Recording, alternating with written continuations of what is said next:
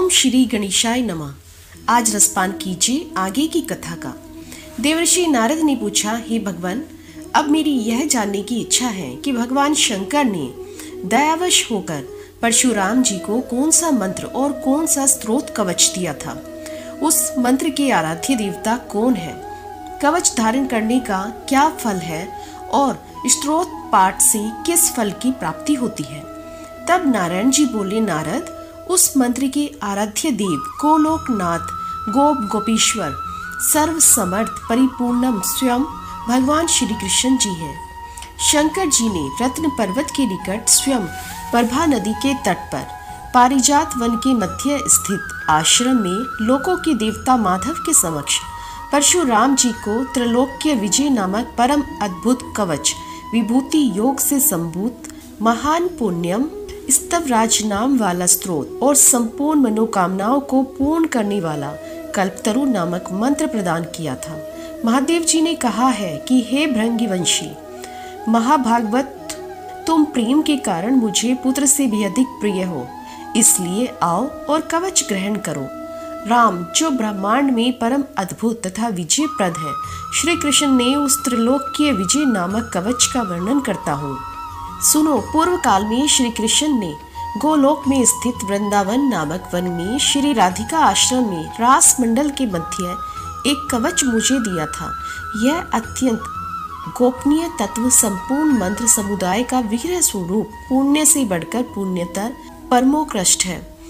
इसे स्नेहवश मैं तुम्हें बता रहा हूँ, जिसे पढ़कर और धारण करके मूल प्रकृति भगवती आद्य शक्ति ने कुंभ निशुम महिषासुर और रक्तबीज का वध किया था, जिसे धारण करके मैं लोकों का संहारक और संपूर्ण तत्वों का जानकार हुआ और पूर्व काल में जो दुरंत और अवध थे उन त्रिपुर को खेल ही खेल में मैं दग्ध कर सका, जिसे पढ़कर और धारण करके ब्रह्मा जी ने इस उत्तम सृष्टि की रचना की है, जिसे धारण करके भगवान शेष सारे विश्व को धारण करते हैं, जिसे धारण करके कूर्म आज शेष को लीला पूर्वक धारण किए रहते हैं, जिसे धारण करके वरुण सिद्ध और कुबेर धन के स्वामी हुए हैं, जिसे पढ़कर और धारण करके स्वयं इंद्र देवताओं के राजा बने हैं, जिसे पढ़कर और धारण करके महर्षि अगस्त्य सातों समुद्र को पी गए और उसके तेज से वातापी नामक दैत्य को बचा गए, जिसे पढ़कर और धारण करके पृथ्वी देवी सबको धारण करने में समर्थ हुई है, जिसे पढ़कर और धारण करके गंगा जी स्वयं पवित्र होकर भवनों को पावन करने वाली बनी है, जिसे पढ़कर और धारण करके सावित्री ने वेदों को जन्म दिया है। हे भृंगु नंदन, जिसे पढ़कर और धारण करके वेद धर्म के वक्ता हुए हैं, जो महात्मा साधु और श्री कृष्ण भक्त हो, उसी को यह कवच देना चाहिए, क्योंकि किसी दूसरे के शिष्य को देने से दाता मृत्यु को प्राप्त हो जाता है। इस त्रिलोक विजय कवच के प्रजापति ऋषि है, गायत्री छंद है, स्वयं राशि देवता है और त्रिलोक्य की विजय प्राप्ति में इसका विनियोग कहा गया है। यह प्रातपर कवच तीनों लोकों में दुर्लभ है। ओम श्री कृष्णाय नमः सदैव मेरे सिर की रक्षा करें। कृष्णाय स्वाहा, यह अक्षर सदा कपाल को सुरक्षित रखे। कृष्ण नेत्रों की तथा कृष्णाय स्वाहा पुतलियों की रक्षा करें। हरे नमः सदा मेरी भ्रकुटी को बचाए। ओम गोविंदाय स्वाहा, मेरी नासिका की सदा रक्षा करें, मेरे स्थलों की सदा सब ओर से रक्षा करें। ओम गोपाग्नेशाय नमः, सदा मेरे कानों की रक्षा करें। ओम कृष्णाय नमः, निरंतर मेरे दोनों होठों की रक्षा करें। ओम गोविंदाय स्वाहा, सदा मेरी दंत पंक्ति की रक्षा करें। ओम कृष्णाय नमः, दांतों के छिद्रों की तथा क्लिंग दांतों के ऊर्ध्व भाग की रक्षा करें। ओम श्री कृष्णाय स्वाहा, सदा मेरी जीवा की रक्षा करें। रासे स्वराय स्वाहा, सदा मेरे तालु की रक्षा करें। राधिकेशाय स्वाहा, सदा मेरे कंठ की रक्षा करें। गोपांगनेशाय नमः, सदा मेरे वक्ष स्थल की रक्षा करें। ओम गोपीश स्वाहा, मेरे कंधों की रक्षा करें। नमः किशोर वेश स्वाहा, मेरे पृष्ठभाग की रक्षा करें। मुकुंदा नमः, सदा मेरे उदर की तथा ओम ह्रीं क्लीं कृष्णाय स्वाहा, सदा मेरे हाथ पैरों की रक्षा करें। ओम विष्णवे नमः, सदा मेरी दोनों भुजाओं की रक्षा करें। ओम हरीं भगवती स्वाहा, सदा मेरे नखों की रक्षा करें। ओम नमो नारायणी सदा नख छिद्रों की रक्षा करें। ओम ह्रीं ह्रीं पद्मनाभ नमः सदा मेरी नाभि की रक्षा करें। ओम सर्वेशाय स्वाहा सदा मेरे कंकाल की रक्षा करें। ओम गोपी रमणाय स्वाहा सदा मेरे नितंब की रक्षा करें। ओम गोपी रमण नाथाय स्वाहा सदा मेरे पैरों की रक्षा करें। ओम हरिं श्रृंग रसिकेशाय स्वाहा सदा मेरे सर्वांग की रक्षा करें। ओम केशवा स्वाहा सदा मेरे केशों की रक्षा करें। नमः कृष्णाय स्वाहा सदा मेरे ब्रह्मरंथ की रक्षा करें। ओम माधवाय स्वाहा सदा मेरे रोमों की रक्षा करें। ओम ह्रीं श्रीं रसकेश स्वाहा मेरे सर्वस्व की रक्षा करें। परिपूर्णम श्री कृष्ण पूर्व दिशा में सर्वदा मेरी रक्षा करें। स्वयं गोलोकनाथ अग्निकोण में मेरी रक्षा करें। पूर्ण ब्रह्म स्वरूप दक्षिण दिशा में सदा मेरी रक्षा करें। श्री कृष्ण नेत्रण्य कोण में मेरी रक्षा करें। श्री हरि पश्चिम दिशा में मेरी रक्षा करें। गोविंद वायव्य कोण में नित्य निरंतर मेरी रक्षा करें। रसिक शिरोमणि उत्तर दिशा में सदा मेरी रक्षा करें। वृंदावन विहार कृत सदा ईशान कोण में मेरी रक्षा करें। वृंदावनी के प्राणनाथ उदर भाग में मेरी रक्षा करें। महाबली बलिहारी माधव सदा मेरी रक्षा करें। नरसिंह जल स्थल तथा अंतरिक्ष में सदा मुझे सुरक्षित रखें। माँ सोते समय तथा जागृत काल में सदा मेरा पालन करें। और जो सबके अंतरात्मा निर्लीप और सर्वव्यापक हैं वे भगवान सबोर से मेरी रक्षा करें। वत्स इस प्रकार मैंने त्रिलोक्य विजय नामक कवच जो परम अनोखा तथा समस्त मंत्र समुदाय का मूर्तिमान स्वरूप है तुम्हें बतला दिया। मैंने इसे श्री कृष्ण के मुख से श्रवण किया था। इसे जिस किसी को नहीं बतलाना चाहिए जो विधि पूर्वक अपने गुरु का पूजन करके इस कवच को गले में अथवा दाहिनी भुजा पर धारण करता है वह भी विष्णु तुल्य हो जाता है, इसमें संशय नहीं है। वह भक्त जहाँ रहता है वहाँ लक्ष्मी जी और सरस्वती जी निवास करती है। अगर उसे कवच सिद्ध हो जाता है तो वह जीवन मुक्त हो जाता है और उसे करोड़ों वर्षों की पूजा का फल भी प्राप्त हो जाता है। हजारों राजसूय सैकड़ों वाजपेयी 100 अश्वमेघ यज्ञ 100 अश्वमेध संपूर्ण महादान तथा पृथ्वी की परिक्रमा यह सभी इस त्रिलोक्य विजय की 16वीं कला की भी समानता नहीं कर सकते।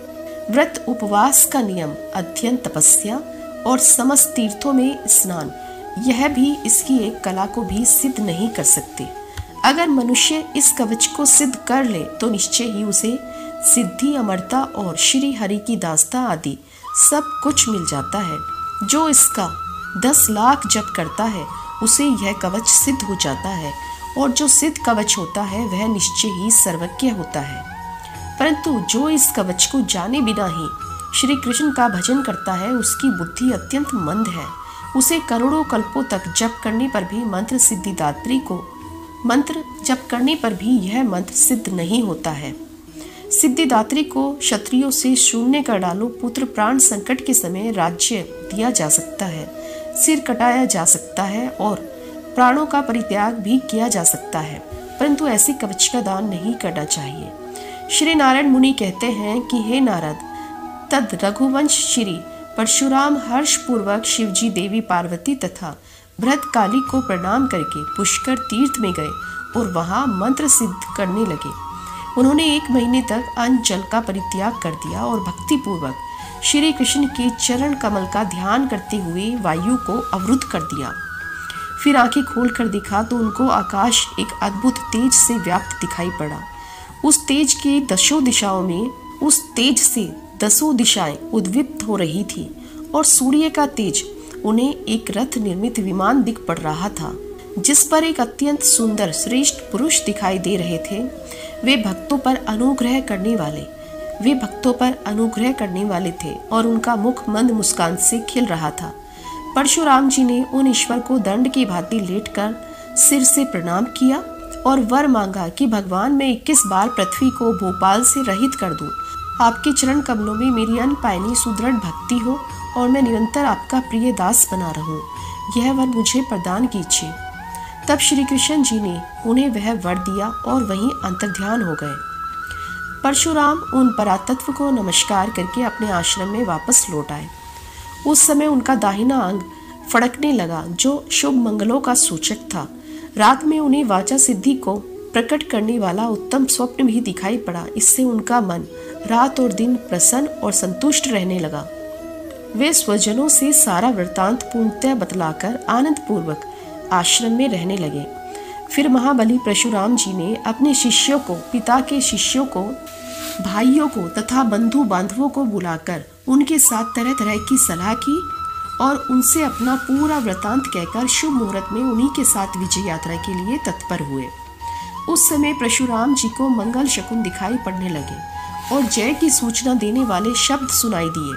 तब उन्होंने मन ही मन सबका विचार करके निश्चय कर लिया कि विजय मेरी ही होगी, शत्रुओं का संहार होगा और यात्रा के अवसर पर मुनि को अपने सामने मयूर की बोली, सिंह की गर्जना, घंटा और दुदंभी की ध्वनि संगीत, कल्याणकारी नवीन सांकेतिक शब्द और विजय सूचक बादलों की गड़गड़ाहट सुनाई पड़ी। उस समय आकाशवाणी भी हुई कि तुम्हारी विजय होगी। इस तरह अनेक प्रकार के शुभ शब्दों को सुनते हुए भगवान परशुराम ने यात्रा आरंभ की। चलते ही उन्होंने अपने आगे ब्राह्मणवती, ज्योतिषी और भिक्षुक को देखा। फिर नाना प्रकार के आभूषणों से सजी हुई एक पतिव्रता, पुत्र संपन्ना सती नारी हाथ में प्रज्वलित दीपक लिए हुए मुस्कुराती हुई सामने आती दिखाई पड़ी। चलते चलते परशुराम जी ने अपनी दाहिनी ओर यात्रा के समय मंगल की सूचना देने वाले शव, श्रग, जल से भरा हुआ घड़ा, नीलकंठ, नेवला, मृग, हाथी, सिंह, सफेद चील, चकोर, कबूतर, बत्तख, चातक, गोरैया, बिजली, इंद्रधनुष आदि इन सभी शुभ सूचकों को देखा। इस प्रकार मांगलिक अवसर पर जाकर वे हर्ष पूर्वक आगे बढ़े और सूर्यास्त होते होते नर्मदा नदी के तट पर पहुंच गए। वहां पर उन्हें एक अत्यंत मनोहर दिव्य अक्षय वट दिखाई दिया। वह अत्यंत ऊंचा, विस्तार वाला और उत्तम था। पावन आश्रम स्थान था। वहां पर सुगंधित वायु बह रही थी। वहीं पर पुलत नंदन ने तपस्या की थी। वहीं कार्तिवीर्य अर्जुन के आश्रम के निकट परशुराम जी अपने गणों के साथ ठहर गए। वहां उन्होंने रात में पुष्य शैया पर शयन किया। थक तो वे गए ही थे, इसलिए किंकर द्वारा भली भांति सेवा किए जाने पर परमानंद से निमग्न होकर वे निद्रा के वशीभूत होकर गहरी निद्रा में सो गए। रात बीतते बीतते भार्गव परशुराम जी को एक सुंदर स्वप्न भी दिखाई दिया, जो वायु, पित्त और कफ के प्रकोप से रहित था, जिसको पहले मन में विचार करके भी नहीं किया गया था। उन्होंने देखा कि मैं हाथी, घोड़ा, पर्वत, अट्टालिका, गौ और फल युक्त वृक्ष पर चढ़ा हुआ हूँ। मुझे कीड़े काट रहे हैं, जिससे मैं रो रहा हूँ। मेरे शरीर में चंदन लगा है, पीले वस्त्र से शोभित तथा पुष्पमाला धारण किए हुए हूँ। मेरा सारा शरीर गंदगी से भरा हुआ है और उसमें मज्जा और गंदगी लगी हुई है। ऐसी दशा में मैं नौका पर सवार हूँ और उत्तम वीणा बजा रहा हूँ।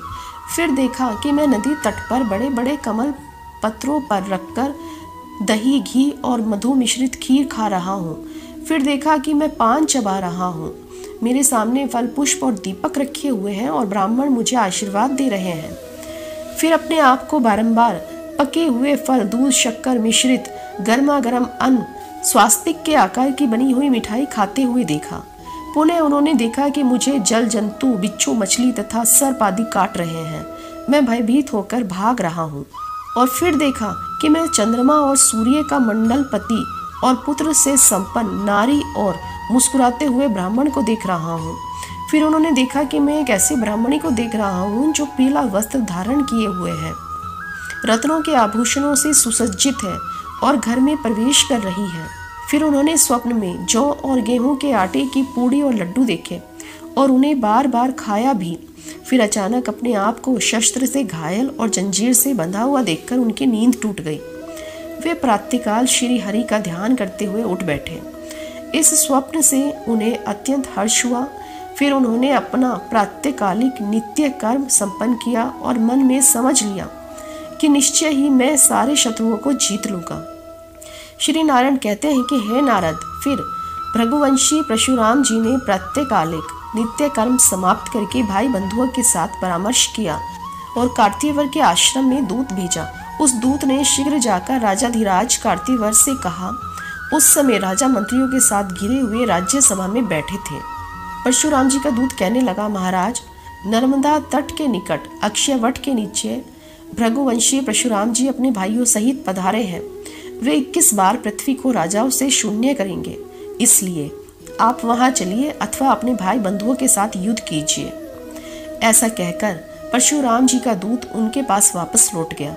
इधर राजा कवच धारण करके रण यात्रा के लिए तत्पर हुआ। तब महारानी मनोरमा ने अपने प्राणपति को युद्ध में जाने के लिए तत्पर देखा। उसने रोक दिया और अपने पास बिठा लिया। मुने मनोरमा को देखकर राजा के नेत्र और मुख प्रसन्नता से खिल उठे। फिर तो उसने सभा के बीच अपनी रानी से अपने मन की बात कही कि प्रिय, जमदग्नि के महान पराक्रमी पुत्र परशुराम भाइयों के साथ नर्मदा नदी के तट के किनारे ठहरे हुए हैं और वे मुझे युद्ध के लिए ललकार रहे हैं। उन्हें शंकर जी से शस्त्र और श्री हरि का मंत्र तथा कवच प्राप्त हो गया है, इसलिए वे 21 बार भूमि को भूपाल से हीन कर देना चाहते हैं। इस समाचार से मेरे प्राण कांप उठे हैं, मन अत्यंत दुखी हो रहा है और मेरा बायां अंग निरंतर फड़क रहा है। प्रिय, मैंने एक स्वप्न भी देखा है। सुनो, मैंने देखा है कि मैं तेल से सराबोर हूँ, लाल वस्त्र धारण किए हुए हूँ, शरीर पर लाल चंदन लगा है, लोहे के आभूषणों से मैं सजा हुआ हूँ। फिर मैंने एक विधवा स्त्री को देखा जो लाल वस्त्र पहने हुए थी, केश खुले हुए थे, उसकी नाक कट गई थी और वह अट्टहास करती हुई नाच रही थी। महारानी, मैंने एक चिता देखी जिस पर बाण बिछे हुए थे और वह अग्नि से रहित तथा भस्म से संयुक्त थी। फिर राख की वर्षा, रक्त की वर्षा और अंगारों की वर्षा होते हुए भी देखा। पृथ्वी पके हुए ताड़ के फलों से ढकी हुई थी और हड्डियों से संयुक्त थी। फिर खोपड़ी की ढेरी दिख पड़ी जो कटे हुए बालों और नखों से युक्त थी। फिर रात के समय नमक का पहाड़, कोड़ियों की ढेरी और धूल तेल की कंदरा भी दिखाई दी। अब बतलाओ, इसका क्या उपाय है? राजा की बात सुनकर मनोरमा का हृदय दुखी हो गया। वह रोती हुई राजाधिराज कार्त्यवर्ग से गदागद वाणी में बोली, हे नाथ, आप रमण करने वालों में उत्तम, समस्त राजाओं में श्रेष्ठ और मुझे प्राणों से भी अधिक प्रिय हो। मेरा शुभ काक वचन सुनिए। जमदाग्नि नंदन महाबली भगवान परशुराम नारायण के अंश हैं। वे सृष्टि का संहार करने वाले जगदीश्वर शिव के शिष्य हैं, जिनकी ऐसी प्रतिज्ञा है कि मैं 21 बार पृथ्वी को भूप से शून्य कर दूंगा। उनके पास आप युद्ध न छेड़िए। पापी रावण को जीतकर जो अपने आप को शूरवीर मानते हैं, आप उनका भ्रम है। उसे आपने नहीं जीता है, बल्कि वह अपने आप से पराजित हुआ है, क्योंकि जो धर्म की रक्षा नहीं करता है उसका भूतल पर कौन रक्षक हो सकता है। वह मूर्ख स्वयं ही नष्ट हो जाता है और वह जीते हुए भी मृतक के समान है। राजन, मालूम होता है कि दत्तात्रेय जी ने जो ज्ञान दिया था वह सब आप भूल गए हैं। अगर है तो फिर आपका मन ब्राह्मण की हत्या करने के लिए कैसे प्रवृत्त हुआ? आप तो मनोविनोद के लिए शिकार खेलने गए हुए थे। वहां ब्राह्मण के आश्रम में ठहरकर आपने अपूर्व मिष्ठान का भोजन किया, व्यर्थ ब्राह्मण को मार डाला। जो गुरु ब्राह्मण और देवताओं का अपमान करता है, उसके इष्ट देव उस पर रुष्ट हो जाते हैं और विपत्ति उसे आग की तरह घेर लेती है। इसलिए राजन, आप दत्तात्रेय जी के चरण कमलों का ध्यान कीजिए, क्योंकि गुरु भक्ति सबके संपूर्ण विघ्नों का विनाश करने वाली है। अब आप गुरुदेव की भली भांति अर्चना करके उन भृगुनंदन की शरण ग्रहण कीजिए। परम बुद्धिमान राजा कार्तिव्यार्जुन सुंदरी कर भोग के योग्य काल आने पर सुख दुख, क्षय, शोक, कलह और प्रेम ये सभी होते रहते हैं, क्योंकि काल राज्य देता है। काल मृत्यु और पुनर्जन्म का कारण होता है। काल संसार की सृष्टि करता है। काल भगवान जनार्दन का स्वरूप है, परंतु श्री कृष्ण उस काल के भी महाकाल है और विधाता के भी ब्रह्मा है। महाबली भगवान परशुराम नारायण के अंश है। अगर उन्होंने ऐसी प्रतिज्ञा ली है कि मैं 21 बार पृथ्वी को राजाओं से शून्य कर दूंगा, तो वह उनकी प्रतिज्ञा कभी विफल नहीं हो सकती। सुव्रत, साथ ही मैं यह निश्चित रूप से जानता हूँ कि वो मेरा वध जरूर करेंगे। ये सब जानने के पश्चात मैं उनकी शरण में कैसे जा सकता हूँ, क्योंकि प्रतिष्ठित पुरुषों की अपकीर्ति मृत्यु से भी बढ़कर दुखदायी होती है। ऐसा कहकर राजा ने युद्ध भूमि में जाने के लिए उद्यत होकर बाजा बजवाकर और मांगलिक कार्य संपन्न करवाए। वह असंख्य राजाओं को 3 लाख, राजाधिराज को महान बल पराक्रम से 100 अक्षौहिणी सेनाओं को तथा असंख्य घोड़े, हाथी, पैदल सिपाही और रथों को साथ लेकर रण यात्रा के लिए तैयार हुआ। उसे कवच और बाण सहित अक्षय धनुष धारण करके यात्रा के लिए उत्सुक देख एक साध्वी मनोरमा स्तब्ध हो गई। इसके आगे का वृतांत आप अगले अध्याय में सुनेंगे। उम्मीद करती हूँ कि आपको ये वीडियो पसंद आई होगी।